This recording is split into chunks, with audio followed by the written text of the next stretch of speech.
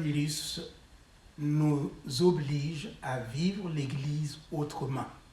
Et c'est ce moyen que Dieu nous donne, que nous voulons utiliser pour partager ensemble nos besoins, nos sujets devant le Seigneur. Soyez bénis.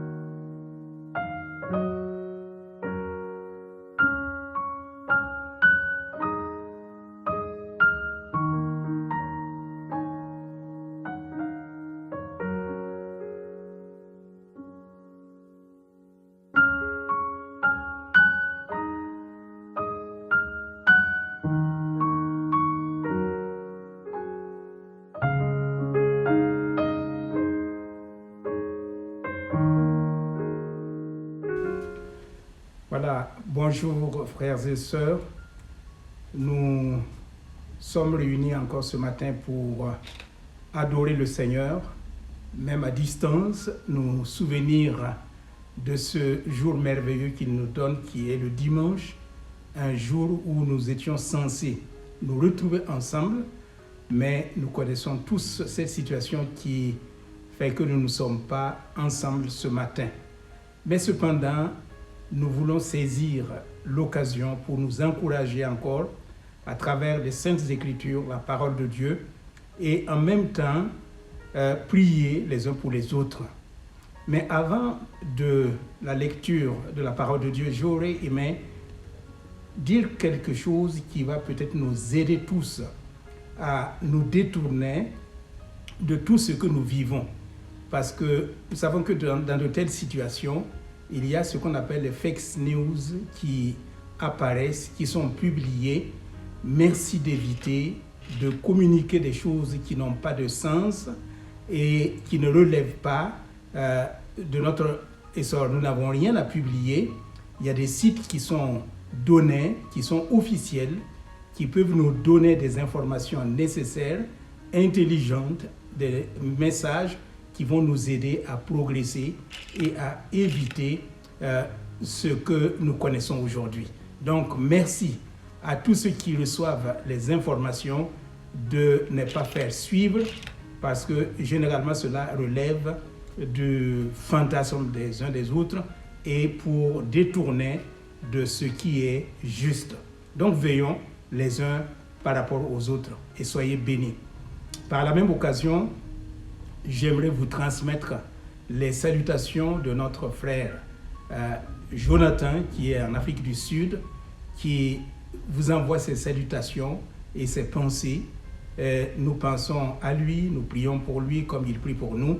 Soyez tous bénis dans le nom de Jésus-Christ. Ainsi dit, nous allons prier pour la parole de Dieu et après quoi nous allons méditer sur un texte de la Bible qui va nous aider aussi à avoir cette pleine confiance que nous avons un Dieu qui exauce les prières. Prions. Seigneur notre Dieu, nous te bénissons, nous te louons, nous te rendons toute la gloire pour ce culte que tu nous donnes à distance. Nous voulons, Seigneur, célébrer ton nom, bénir ton nom, glorifier ton nom, même si nous ne sommes pas tous unis dans un même lieu. Nous sommes unis dans un même esprit. Que ta grâce nous accompagne et que ta parole nous fasse du bien ensemble. Au nom de Jésus-Christ, notre Sauveur. Amen. Ce matin, je propose une méditation tirée de l'Ancien Testament du livre du prophète Ésaïe au chapitre 38. Lisons à partir du verset 1 où il est dit « En ce temps-là, Ézéchias fut malade à la mort. Le prophète Ésaïe, le fils d'Amon, vint auprès de lui et lui dit « Ainsi parle l'Éternel qui donne des ordres à ta maison car tu vas mourir et tu ne vivras plus. » Ézéchias tourna son visage contre le mur et fit cette prière à l'Éternel. « Ô Éternel, souviens-toi que j'ai marché devant ta face avec fidélité, avec intégrité de cœur, et que j'ai fait ce qui est bien à tes yeux. » Et Ézéchias répandit d'abondantes larmes devant le Seigneur. Puis la parole de l'Éternel fut adressée à Ésaïe en ce mot: « Va et dis à Ézéchias, ainsi parle l'Éternel, le Dieu de David, ton père. J'ai entendu ta prière, j'ai vu tes larmes, et c'est ainsi que je viens et j'ajouterai à tes jours 15 années. Je te délivrerai, toi et cette ville, de la main du roi d'Assyrie. Je protégerai cette ville. Amen. Dans ce chapitre, nous avons ici la souffrance d'un homme qui a connu un passage difficile, un temps où il était éprouvé dans sa santé. C'est la mort qui l'attendait. Il a reçu qu'il devait mourir.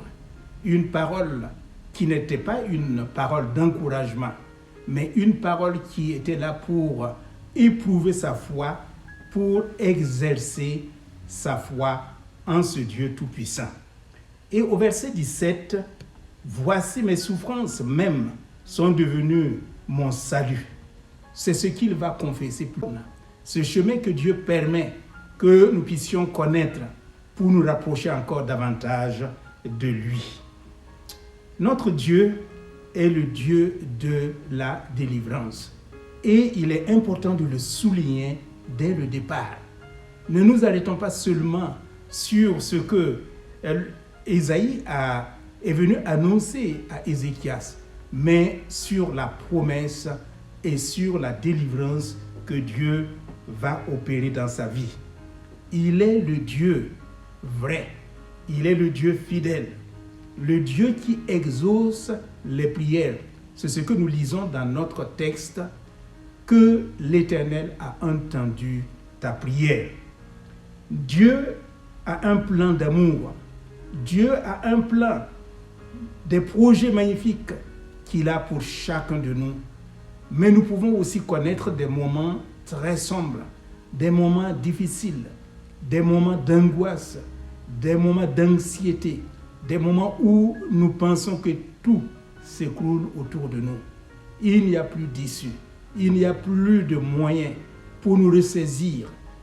Et quand nous sommes dans de tels moments, nous sommes faibles. Nous ne pouvons plus rien.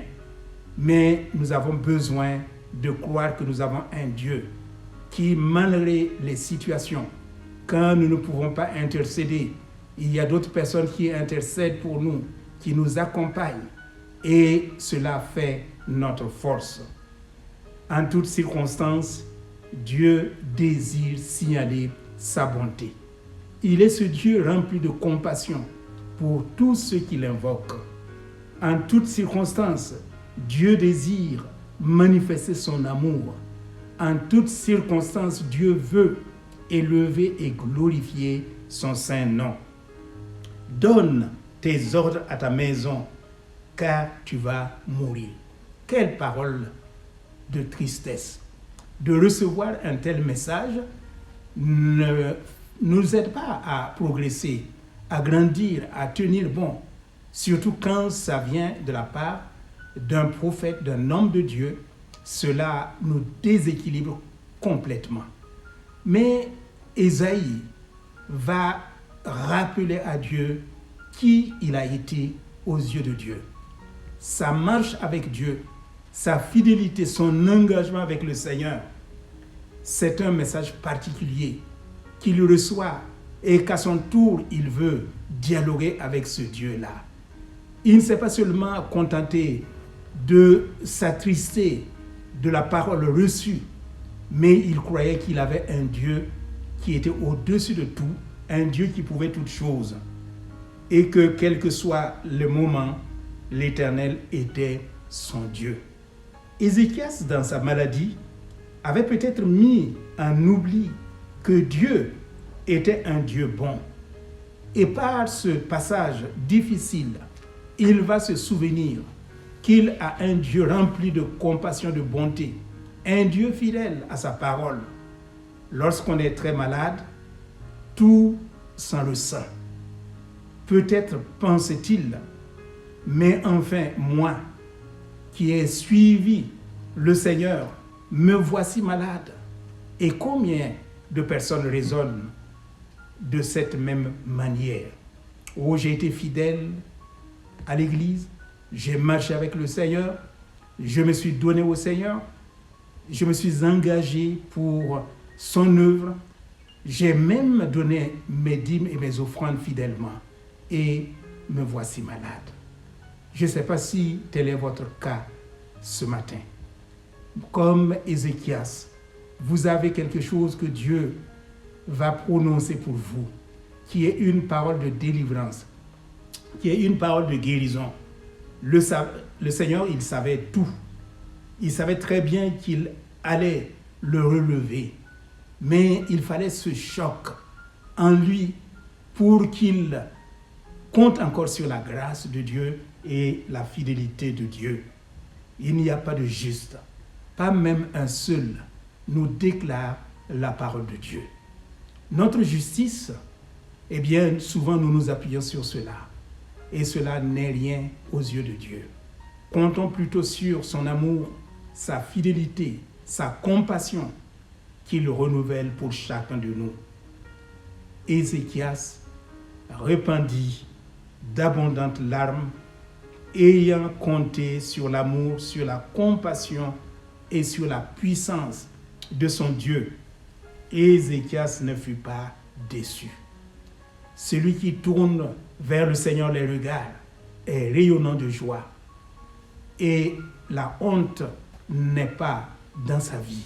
Et c'est ce que Ézéchias va expérimenter. Il a compris l'amour, la grâce de Dieu.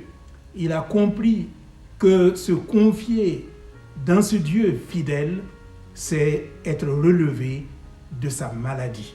Alors, il pleure, il gémit, il s'adresse à Dieu. Encore une fois, dans la prière, il veut compter sur l'amour de Dieu. Le Fils de Dieu a donné sa vie à la croix de Golgotha pour que par sa mort nous soyons guéris et par ses meurtrissures nous sommes guéris. Nous voulons proclamer cela sur tous ceux qui passent par des moments difficiles. La maladie vous a touché. Vous êtes aujourd'hui couché. Vous avez besoin de la guérison divine. Le Seigneur n'est pas injuste. Il est juste pour vous relever, pour vous pardonner, pour vous fortifier dans votre corps, dans votre âme, dans votre esprit, parce que sa fidélité se renouvelle chaque matin. C'est un choc. Et ce choc doit se produire dans la vie de notre Ézéchias, qui a connu le Seigneur. Un choc qui doit se produire dans son cœur. Et ce choc va rappeler à Ézéchias qu'il a besoin encore une fois d'un retour vers le Seigneur. Jésus vous appelle aujourd'hui aussi à redonner, à consacrer votre vie au Seigneur. Comme Ézéchias, il fallait un retour au Seigneur. Il fallait s'appuyer de nouveau sur le Seigneur. Il ne fallait plus compter, calculer sur sa propre sagesse, sur son intelligence. De cette même manière, eh bien, le Seigneur nous invite à nous abandonner entre ses mains, totalement entre ses mains, de revenir vers lui. Ce qui semble être un choc n'est qu'un moyen que Dieu va utiliser pour amener la vie, le cœur, les pensées d'Ézéchias vers lui. Et ce choc que peut-être vous connaissez n'est pas quelque chose que Dieu vous laisse passer, traverser, connaître pour vous abandonner. Au contraire, c'est pour vous renouveler, sa confiance, son amour et sa fidélité. J'ai vu tes larmes, dit Dieu. J'ai vu tes larmes. Dieu a vu les larmes d'Ézéchias. Il n'a pas eu honte de pleurer. Il n'a pas eu honte de verser des larmes. Dans la souffrance, nous n'avons pas besoin de cacher notre souffrance. Dites seulement au Seigneur, laissez couler ces larmes qui sont l'expression de ce que nous pouvons connaître, nous pouvons traverser. Mais que cela ne nous éloigne pas de Dieu, mais qu'au contraire, cela soit une déclaration que nous faisons pour assurer, pour marcher avec notre Dieu. La parole de Dieu nous rappelle que par ses meurtrissures, nous sommes guéris.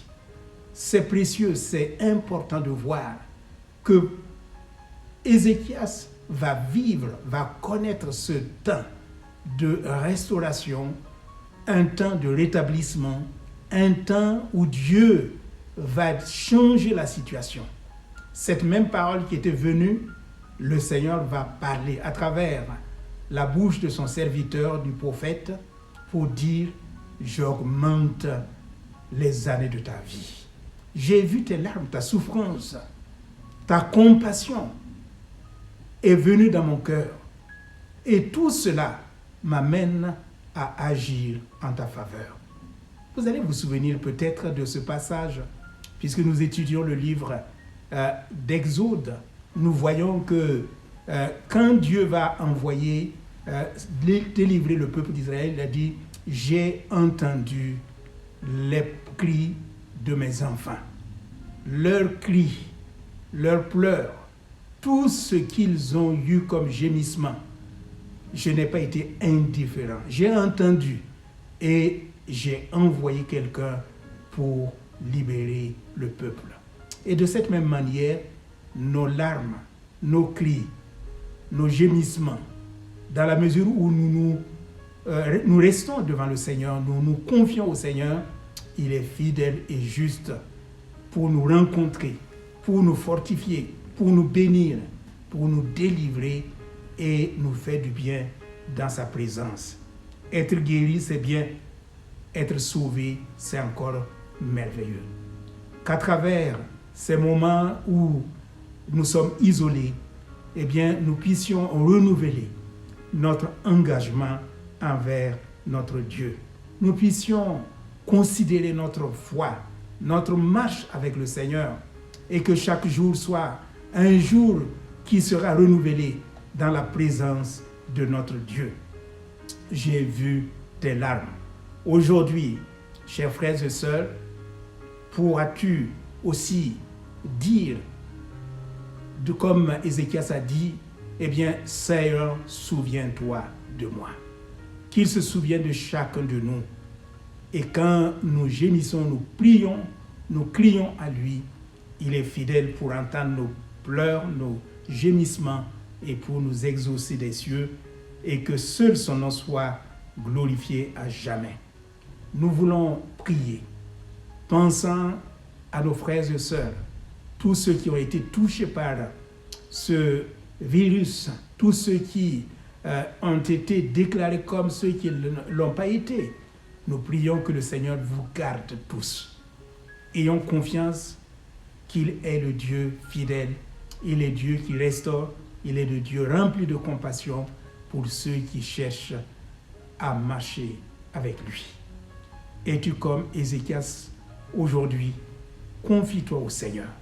Es-tu comme Ézéchias? Tu es abattu, tu n'en peux plus.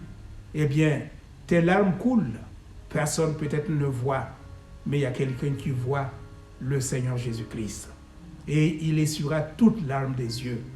Il viendra compenser, il viendra accorder, il viendra relever, il viendra te fortifier.